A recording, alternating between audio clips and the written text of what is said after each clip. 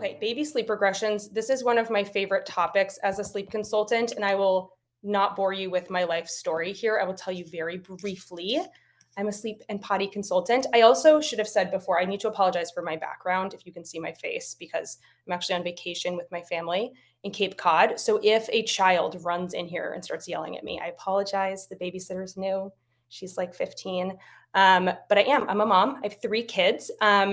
Potty, sleep, and parenting consultant. So I work with families from birth to age 7. And I both have one-on-one clients where you would hire me to help with your child and their specific issues. We're kind of walking together for a few weeks through things. Then I also have online courses. So plenty of families either don't need the hand-holding, don't have as big of issues to deal with, and they can just get the course and do it on their own pace, have phone calls with me if they want. I also have a podcast called The Snooze Button. So I think I have at least 2, if not 3 episodes about sleep regressions. So if you want more context, that's a great place to go. Yeah, and you can trust me that I know what I'm talking about with this stuff. Over 1,700 families at this point. So sleep regressions, we're going to talk about a couple of things. First of all, what they are. I think a lot of this, I want you guys to be able to reframe really what a sleep regression is. And then we'll also talk about, is it a given? Are your kids for sure automatically going to have sleep regressions? What they look like what would identify a sleep regression to me as a professional? And when do they typically happen? It might be a little bit different from what you think. And then, yes, there are ways that you can kind of prevent them, and at the very least, minimize how severe they are and how long they last. So we'll talk about that. And then a couple of really common things that I'll see families do that I don't want you to make those mistakes. And then we'll take time for questions. So, okay, what are sleep regressions? First of all, they are not regressions. I don't like that word. If you've ever worked with me before, I usually get some of my own clients and followers in my Auggie events. So you guys already know they are growth spurts. I don't like that word because that's really all that's happening. Your baby isn't losing a skill. It's not like they used to know how to sleep and suddenly they don't and panic needs to set in. They're growing. And my favorite analogy for this is in these periods of tremendous growth, for some babies, and we'll talk about is it a given or not, it's almost as if I put you to bed and I gave you a big glass of espresso before bedtime. Obviously you can still fall asleep, you can still sleep that night, but it's just going to be harder, right? And that's what will happen for babies. It's almost like their brain is borrowing time and they're like, I am not able to take a nap today. I'm too busy learning how to crawl. So I'm going to be doing that instead. So it really is pretty much always tied to skills. It's easier to see the skills when it's a younger baby because it usually is something gross motor related and they're about to roll, about to crawl, they're cruising, they're pulling up. And as they get older, then it tends to be more cognitive things, which sometimes are harder to identify. But then you notice it they were in such a weird mood and they were really fussy and clingy and they start talking or they start stringing words together. So that's really all that's going on as your baby is growing, which is a good thing. Could be cognitive, gross motor, fine motor, combination of all of them. So yes, is it a given? It definitely is your baby the day they turn 4 months, all hell is going to break loose. I actually believed that with my oldest, who's now 8. I remember looking at the calendar and being like, he's such a good sleeper, but he's going to be 4 months next week. And everyone's told me about the 4-month sleep regression. And I literally thought that my great sleeper was magically just everything was going to fall apart and I was going to have a horrible month. And spoiler, I woke up in the middle of the night at 4 a.m. waiting for the earthquake and nothing happened. So no, it is not a given. And the research that we have, it's somewhat limited specifically on growth spurts and sleep regressions, but it's actually about 50-50, meaning about 50% of babies, their sleep will be impacted in probably not a way you love for some period of time. And that can be regardless of if they're an amazing sleeper or a bad sleeper. In your words as the parent, a bad sleeper, or a baby who's not sleep trained or whatever. And we will talk about how different those things look though, because even a baby who's a good sleeper, whose sleep is impacted, it doesn't necessarily manifest in the way you would think that it's horrible and they're up all night screaming. That's not usually what happens, but they could be a kid who's just predisposed to have their sleep be interrupted when they're growing. So let's talk about when they actually happen, because there are some rough timeframes when you're the most likely to see growth spurts happen. So the first one is often, if any of you have newborns, you have little people, the most common times that you'll see sleep regressions, if you will, or growth spurts happen first between 6 and 9 weeks is like the first one.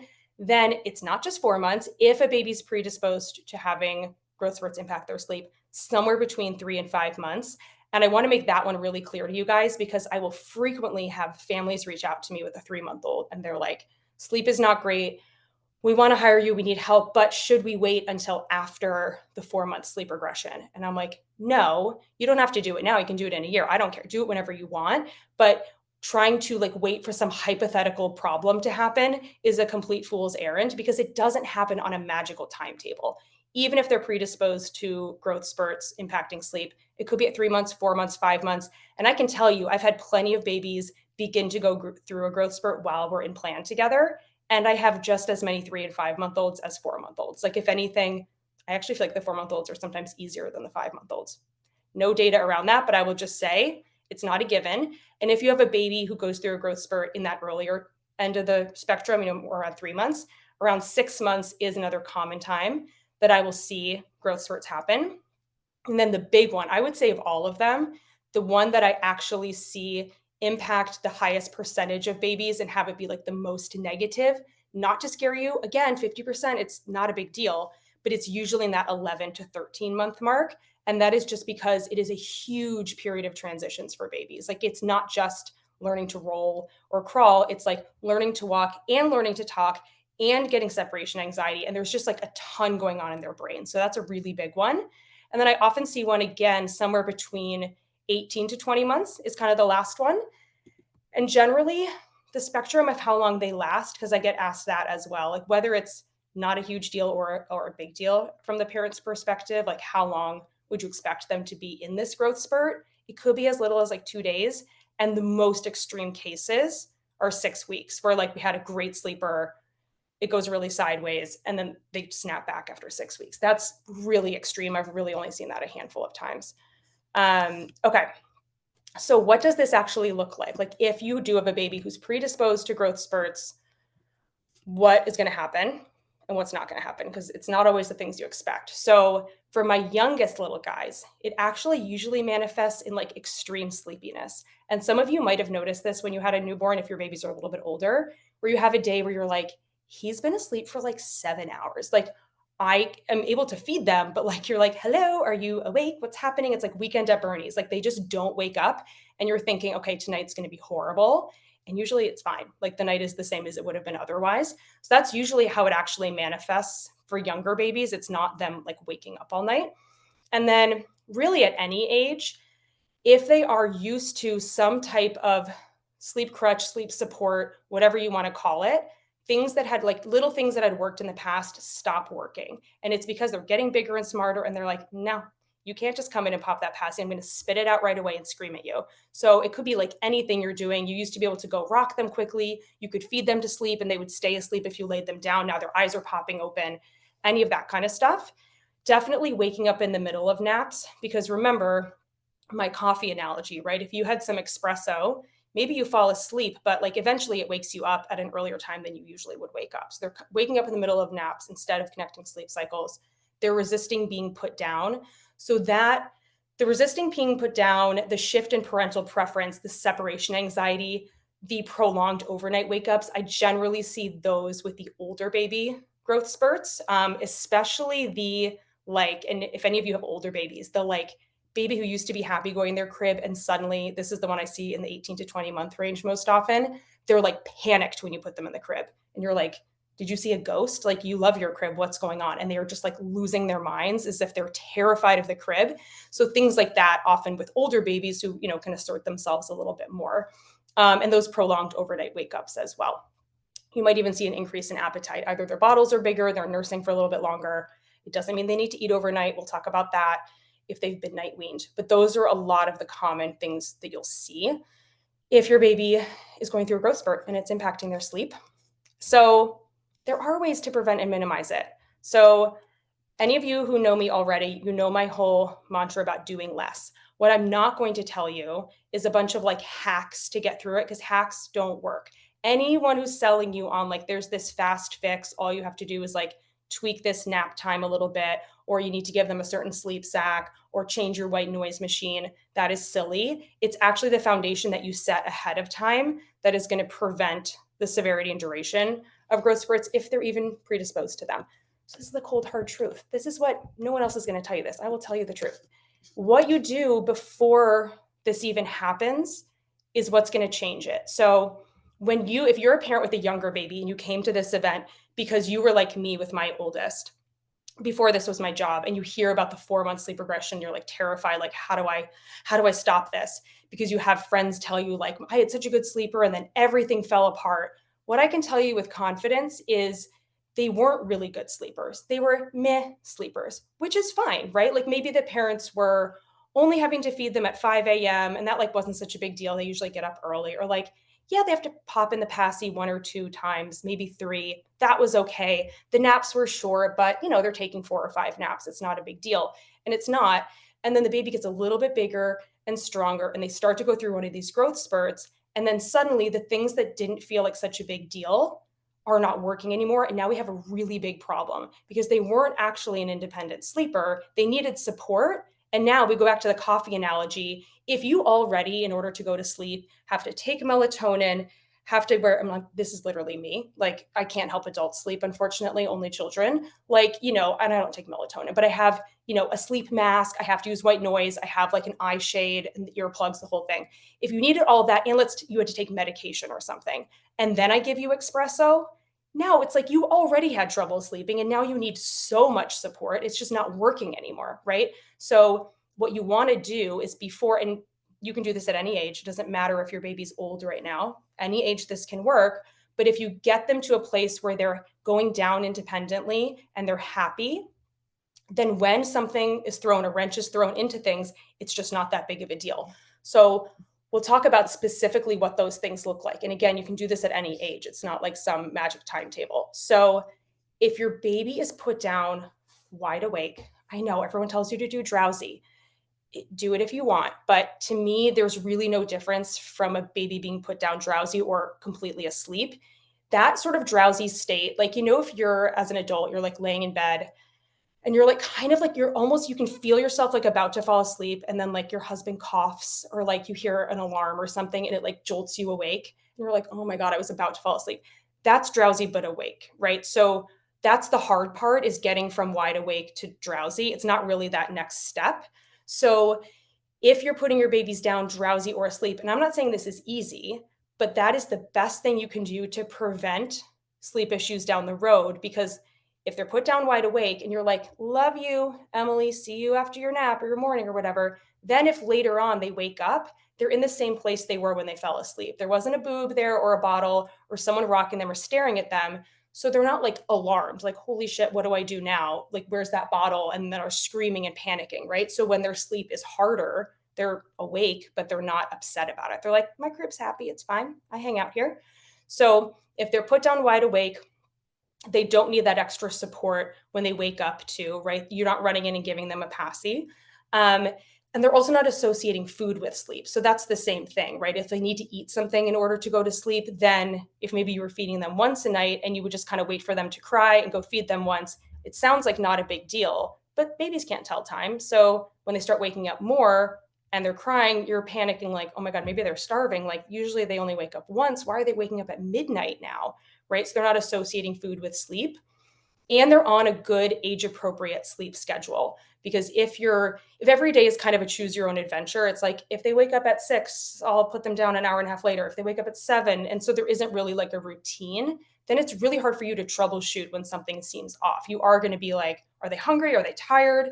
Is their toe itching them? Like, what's going on? There's no sort of baseline that you've established.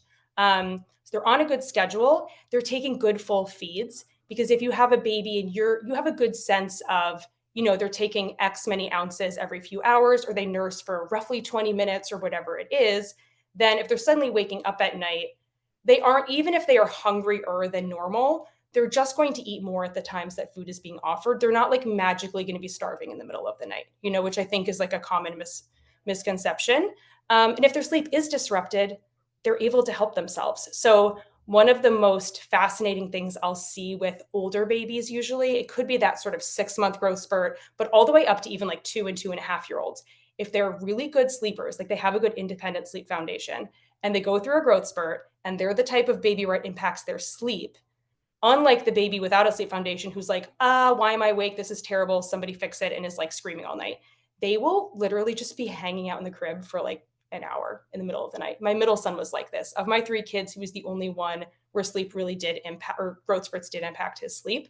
And I would like notice all this activity on the monitor in the morning, and I'd be like, what is going on?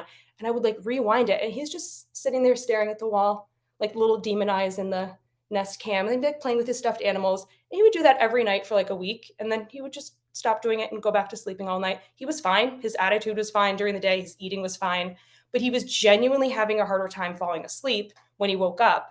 But he didn't hate his crib, and he didn't feel like someone had to do something about it. So he just talked to himself and played. So that's what I would want for all of you, is even if you have a baby who's predisposed to those, if they do have struggle with sleep, they're like, whatever, I'm just going to hang out.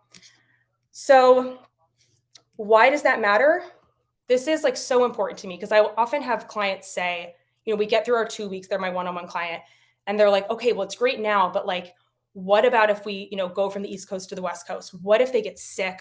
What if they're teething? What if they start school? Whatever the things are. And the truth is, it's kind of like the growth spurts. In many ways, it's no different.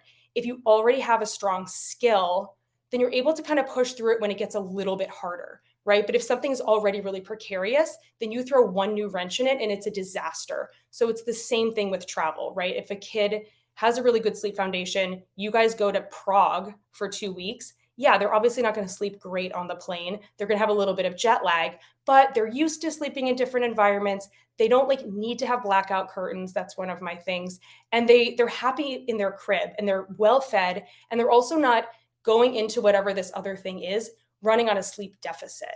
Like as an adult, like I could probably go to bed at 3 a.m. tonight and I'll feel like crap tomorrow, but like I can still work and like survive. But if I went to bed at 3 a.m. every single night for a week, I would be like a monster. I'd probably be crying. I mean, it would be horrible, right? So if you have this great baseline, then it's really not that big of a deal if they get a little bit sick and they're coughing and it's interrupting their sleep. Because again, they're not looking for you to do anything. You're giving them medication when they need it, but like they're fine. And the same thing with a growth spurt. So, okay. Common mistakes to avoid. There are 2 really big ones that I most often will see families do that I'm like, don't do that. They will call me and be like, this is what's going on. And I'm like, I know, don't do that. One is probably the biggest one, is dropping naps too early when a baby's fighting them. So this is huge. So most often I'll see it with like 6-month-olds who are not quite ready for 2 naps. They're on 3 naps. And same thing, by far the most common, is my 11 to 13-month-olds. Like that is always, I just got off a call with one a minute ago. That is always the time where someone will come back to me that we worked together at 3 or 4 months. And they're like, everything's been perfect until this week. I know what you're going to say, but I'm just going to tell you what's going on in case it's unusual. And I always listen because someday somebody's going to surprise me. And I'm always like, you're right. I'm here to remind you, you were right. You weren't supposed to do that. You're doing great. Dropping the nap too early, if they are having that growth spurt that's making them harder to connect sleep cycles, then you take a baby who had 3 shitty naps or 2 shitty naps, and now they only have 2 or they only have 1. So now they just have less chances to sleep, and you're trying to keep them awake until noon for the first nap or for the only nap or whatever it is. So it just like compounds an already not so great experience. So that's really important to me for families too, is that they really understand like the time frame when they should be moving to the next nap schedule and not letting a growth spurt make them think that they need to drop naps prematurely. I mean, it happens with toddlers too, because there's often growth spurts at 2.5 years, often coinciding with a new sibling, things like that. And then assuming that night wake ups mean hunger. And I think the reason it feels so misleading is that I think the average baby or even toddler, if you just like went into their room when they were fast asleep and woke them up and handed them a bottle, they would take it. Like, why not? I mean, if you handed me a margarita right now, I'd take it. I probably shouldn't. I'm working, but sounds kind of nice, right? So it's confusing, right? You're like making the assumption that if they took it and they were happy about it, I guess that means they were really hungry. So just know that as long as your baby's taking good full feeds during the day, you feel happy with their growth, they're like pacing well with their growth, you're fine. You don't need to suddenly feed them in the middle of the night, excuse me. And that can obviously have, same as dropping the naps too early, an inadvertently negative impact if they were already night weaned. Yeah, if you offer them food and they're like, oh, that's all I had to do, you just like cry a little bit and then people come and hang out with you. Sure, it's just cause and effect, right? And now they're waking up and they're like pissed. They're like, no, you gave me a bottle the other night. Like, I want one. And they're a big, strong baby. So, okay, no matter what, this is the most important thing I want you to know, because I feel like mom shaming is just, there's so much information out there. Everyone's telling you exactly what to do and making you feel like you're doing a crappy job. You're not. You're doing great. I think the most important things are, do not feel scared like, oh my God, if you don't do everything perfect, your baby's going to be a monster. Sleep regressions are not a given. You could actually have a baby who doesn't have a good sleep foundation and you're okay with it and you're co-sleeping and fine, and they never go through a growth spurt that impacts their sleep. So just know it's not a given, but know that if you want to try and prevent it from happening as much as possible, like the severity and the duration of it, that there are things you can do, right? We've talked through some of them, and obviously that's something I help clients with. And just know that it's never too late. I hate that some families feel like there's some sort of, again, like magic timetable, like if you don't catch it at the right time, everything's going to be terrible. I have 6 and 7-year-old clients. Like, you can always improve your sleep habits, and don't need to feel bad about that. So I am going to go in here and see if there are any questions. I'm like so bad at this stuff. Okay, chat. I think we have one, it looks like. Okay. Lindsay, what are your thoughts on white brown noise for sleep and naps? Peds have said, haven't heard of anything, but Sleep Med doesn't recommend them. Okay, so I do like white noise. What I would suggest strongly, based on the data we have, because there was some emerging data, I actually attended an event for professionals about some new data around like non-ambient sound, but frankly, it was like one person's opinion, and I'm willing to change my mind about anything presented with better data. But like, what they said is really different from what everyone else says, and I don't feel like we have enough data for me to change my mind. So I maintain what the AAP would tell you, and like, I'm a big Emily Oster girl, data driven. The best thing for babies and toddlers is ambient white noise. So you basically just want it to be a constant sound, meaning that there isn't a variance in it, which can ultimately be more stimulating for them than anything. And the whole idea that it's going to like impact their brain development or their speech, like, I don't know where people come up with these things, but like, we don't have any data to support that. And honestly, a fan is fine too. It's a do less. Like, you can get the Hatch if you want, but you do not need the 50 settings. It's just like, it's just extra stuff to deal with. Okay, how do we get on a consistent schedule? 6.5 months, wakes up at different times. So naps are at different times. Used to sleep 11 hours, and now naps are inconsistent and waking every 2 hours. Yeah, so this is probably a growth spurt. That's what it sounds like. And her bottle intake has been low. So feeding her when she wakes up. Yeah, no, don't worry. It's not a whole mess. You are normal. So this is the thing. I think for most babies, and this has to be the parent's choice, because I always tell people, I'm not like pressuring you into doing something you don't want to do. You have to decide you want to do it and feel confident you're doing the right thing. But this is the same as somebody who's, let's say really out of shape and has a terrible diet, and they go to a dietitian and go to a trainer. Like, yeah, they're going to be like a little hungrier and sweatier and more sore than everyone else. And that's not because it's bad to work out. It's because it's new to them and they have to work a little bit harder. So most babies who are in a situation like this that I work with, like the first day, their naps are worse. They aren't eating as well because we're like throwing a lot of new stuff at them. But then you like see a switch flip, and you just have to be consistent with it. So there isn't one specific thing you have to do. There's not like one method that's better than every other, but you do have to decide that you have a program. It could be a book you read, a course, or you work with someone like me where you're like, okay, this is the nap schedule. This is what I do if they wake up early. This is how I night wean them down. And then you have to stick with it. And get through those first few days, and then you will see like a profound change. Because even if she's going through a growth spurt and waking up constantly, just the act of things like being put down wide awake are going to have a tremendous impact on the program, or on your baby's sleep. Sarah, I follow your program. Thank you. Oh, I'm so glad. He's 16 weeks and I just moved him to the 4-month schedule. No, you're not too early. 16 to 24 weeks is when I suggest all kids move from 4 naps to 3, somewhere within that range. So it kind of goes back to what I said earlier about not doing it prematurely because the naps aren't great. because usually that just means you take away a nap and they have fewer chances to become a good sleeper. So no, that's totally awesome. I would say if I had to guess within that range, most babies are really ready for 3 naps between 19 and 20 months, but I have plenty who it's not until 23 or 24 and plenty who start at 16. So great. Okay, Hannah, 18-week-old, 14 gestation, really sleepy. You're following my 3-month schedule and he's great, but you often have to wake him. Yes. Okay. That's totally fine. That is totally fine. I think that's actually a common misconception too, is that even when babies are on a great schedule, like they're just going to magically wake up at the end of their nap time. And for sure, some do. Like plenty do kind of like, if they have an hour and a half nap, they're like right around that point, they're kind of rousing and stuff. But plenty of babies, you have to wake them up from naps, and don't see that as a bad thing. Because it's kind of like you and I, like, if I took a nap right now, I'd probably sleep. But if I slept, what is it? It's 1:30. If I was still asleep at 4 and no one woke me up, like I'm going to be really woke at like 11 p.m., which is not good for me. And especially for babies, sleep is half the equation, feeding is the other half. So I talk with a lot of newborn clients about that. Like I get that they could sleep for 3 hours, but they need to eat a certain amount of times within 24 hours to get good quality sleep and good quality feeds. So if you let them sleep too long during the day, you're going to be partying all night, right? Like that's a real thing to consider. So do wake them up at the end of naps after an hour and a half.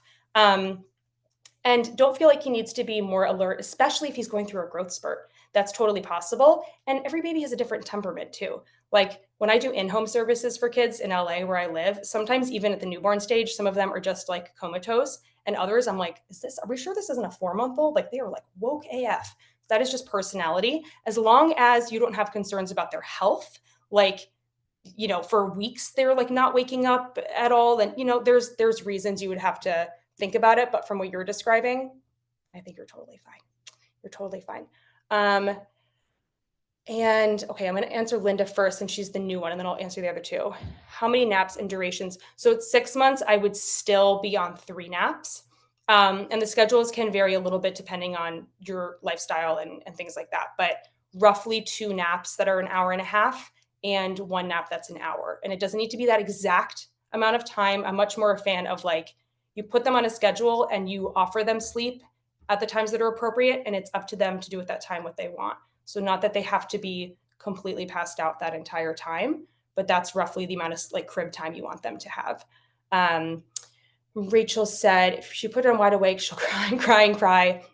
So what can you do? So you just have to decide. You're not making the problem worse. So you just have to decide when and if you're comfortable with it. That is truly, truly what it is. Because it is kind of that black and white, like which way you support her to sleep to me doesn't really matter. It's just either it's independent or it's not. So you don't have to do anything. You can rock her to sleep. But I think when you feel like you're ready to do it, just know that the act of her initially falling asleep is what's most likely to prevent her from waking up later on. So that's just a personal choice. And the methods, I think this is, again, a really common misconception because people talk a lot about cry it out or gentle sleep. Like those are not clinical terms. They don't mean anything. So typically when people say cry it out, they're talking about a method where there's not a lot of physical presence. And if they say gentle, what they actually mean is there's a lot of physical presence, and neither of them have anything to do with crying. If anything, especially the older a baby gets, the more physically involved you are, usually the more they cry because they're like, what the F are you doing here? Like you used to pick me up and now you're just like staring at me and singing or something, right? Or you're like shush patting me. So I think keep that in mind as well, is there's ways to teach independent sleep where you're very physically involved, but don't feel like what you're doing is going to control the amount of crying, because you would be shocked if you could see when I work with twins and like one of them, like it'll be the exact, obviously like ultimate control group, like DNA is the same, like room is the same, bottles, everything. And one of them is having like a full-blown exorcism. And the sibling is next to them, like, dude, it's a nap. Can you just chill out? And usually the parents are like, yep, she's the feisty one, So that's the answer about the crying and all of that. And then Hannah said, how can you tell they're ready to move to the next schedule? Yeah.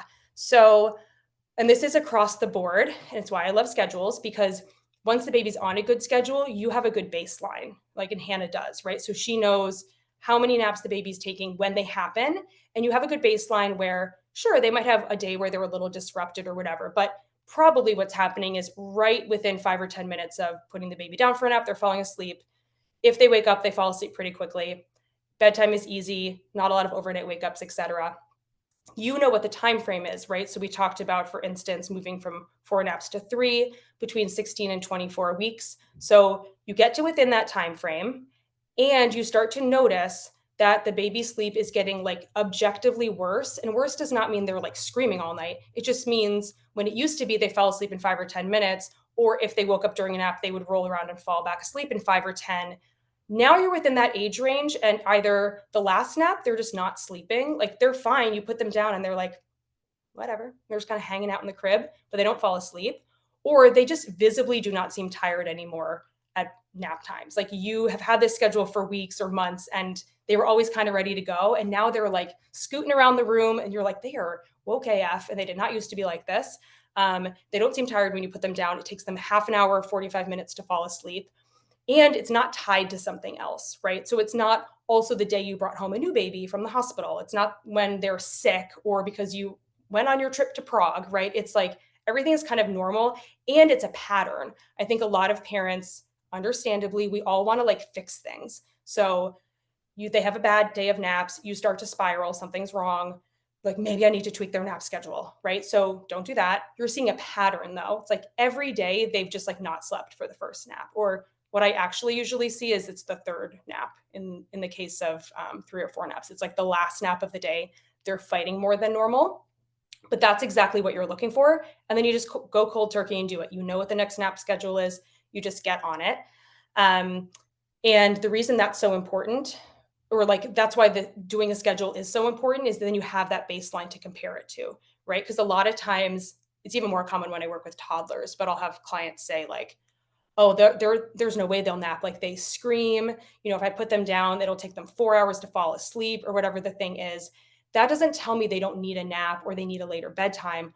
All that tells me is that kid doesn't want to sleep. They don't want to. It's like a choice. It's a preference, right? However, if you have a baby or a toddler who's happy being put to bed and you're like, okay, love you, buddy. See you in the morning. And then they're singing Jingle Bells for 2.5 hours every night for a month for no apparent reason. Yeah, now we have like the data to support this kid probably needs a later bedtime or needs to trim their nap because they're happy, but they're just not sleeping well. Okay, and Rachel's question, if the feeding is low during the day. So I suggest a couple of things for the feeding is really working to take full feeds and holding babies to appropriately spaced feeds. And it doesn't need to be at a certain age. You can do this as young as they are, nor should it be impacted truthfully. And this might surprise you, but it shouldn't even be impacted by things like reflux or CMPI, feeding aversions. If anything, I feel like the change is the most profound for those families because they've been kind of living in this like thought process that there's nothing they can do to get their babies to take full feeds. And I'm telling you, even if that first feed, whether it's nursing or bottle, if you don't feed them again an hour later, they are hungry. They're hungry the next time they actually should need a feed and they take a full feed, even the ones with reflux and stuff. And even before their sleep gets better, I see the feeding improve. That's like the one skill they have out of the gate. But I never, unless the baby's over a year old, I never suggest that a family goes cold turkey on night weaning unless it's like their personal preference. So the idea is that, again, there's different ways to do it, but you're gradually reducing how much food you offer her overnight so she has plenty of time to compensate for what she needs during the day. So you can feel confident the first night that you've decided feeds are done and she'd had, 1 ounce, half an ounce, 5 minutes of breastfeeding, whatever, the night before, when she wakes up, like there's no way a 6-month-old is like writhing in agony for 1 ounce of milk, right? Like you've done the hard work to help her compensate. Okay, Austin, baby's 13 months, consistently for 3 weeks has been taking a long time to fall asleep. Okay, and sleeping less than 2 hours during the day. And you did the course and she was on a schedule. No, and you are exactly the type of person, I think you joined a little bit later, Austin. You're exactly the kind of call I usually get from clients at this age. So you're getting the free advice, which is this is often what happens. So you have a baby most likely who is prone to growth spurts, and that's exactly what it looks like. It takes them a long time to fall asleep at night. and they're not getting good quality naps the way they used to. So I would ride it out. For this transition, 14 to 18 months is what I suggest, as you know. And I would say like 15 or 16 is the most common time. But I think more than any other nap transition, this is the time most often that parents will jump the gun and drop to one nap. And now they just have like an exhausted, like feral monster who was already like going through this huge transition and like not sleeping great. And now they're really not sleeping great. So I would ride it out. I know it sucks, but most likely they're going to go back to sleeping really well after they work through this. Okay. Caitlin's doing the foundation course. Okay, so that's for newborns. Last week, 8-week-old did 8 hours for the first time. Woo! Don't worry about it. Wake them at the same time. So I think for newborns, what I always suggest is you give them a reasonable range before you go in and feed them, right? So I don't know obviously exactly what the situation is, but like let's say they've been making it until 4 a.m. usually, and then they wake up at 2 a.m. I personally, at 8 weeks, would not be feeding them at 2 a.m. if they have been, especially for at least a week, they've been making it until 4.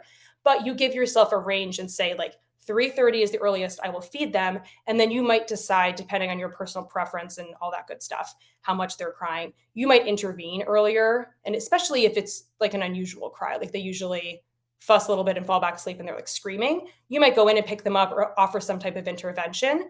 But in the newborn stage, half the battle is their tummy learning to go longer overnight without eating and then eating more during the day. So even if you have to intervene a lot and it's like a weird off night, I still would hold yourself to like a reasonable range, like about 30 minutes before you actually feed them. So you don't slip backwards in that sense, because most likely it is a growth spurt and they don't actually need to be fed at that point. Yeah. Okay. Anu. Okay. I hope it's Anu, not Anu. I'm so bad at names. Should we cap daytime naps to delay 7 months? Tends to take 2 2-hour naps and 1 30-minute nap. Why? Okay. So I'm glad you brought up the 5 a.m. wake up. Well, first of all, I would say that's actually even more daytime sleep than I typically, I guess the last nap is 30 minutes. So it's like in line. It's in line. Early morning wake ups typically are not a sign to move to the next nap schedule. It's very like confusing, but it usually isn't a sign. Usually it's something to do with either taking a long time to fall asleep at night, naps being short, or fighting the last nap altogether. The early morning wake ups, that's all when we're all in our lightest stage of sleep. So, and any of you who have babies who are good sleepers and you've run into bumps in the road, you'll see that happen. Like if sleep is going to be impacted at any point, it's 5 a.m. Like that's when all of us, like as an adult, if you're going to like spiral that you like said something weird to your mother-in-law and, she probably hates you, whatever, it's then. It's not at midnight. It's at like 4 or 5 a.m. So my point being, parents often try to tweak things to prevent early wake-ups, and it doesn't do anything. It's not going to help if you move the bedtime forward or backwards. It's not going to help if you change nap schedules. I do think because they're 7 months, it would be appropriate to move to 2 naps at this point. But you still want to handle the 5 a.m. wake-ups as a separate thing. Like your goal still is to get them to sleep until at least 6:30. Do you say bedtime is 7? Yeah. Following whatever method you want to.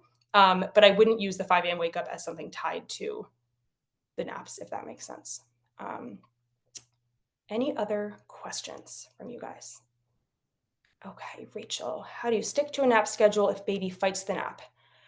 Okay, falling asleep up to an hour and then, so I'm a big fan of short and sweet with nap schedules, very consistent, the sequence being the same. So whatever the things are that you do, obviously on the go naps are fine. You might do that sometimes, but anytime they're going in their crib, it's always the same. So you're like, we go into the room, we do these things. I lay you down wide awake. And I'm like, peace, you little cutie. See you after your nap. So they understand even as a baby, like, okay, every time we go in the room, they do these nice things. They lay me down, they leave, and I'm supposed to go to sleep. So regardless of a method a family is using, if they're sleep training, I always say leave the room physically right away, even if you have to go back in really fast, so that we're kind of leading the witness. Like we are out of the gate, even day one, like showing them what's supposed to happen. Like, I'm assuming you're going to love this because naps are fun. I love a nap. So bye.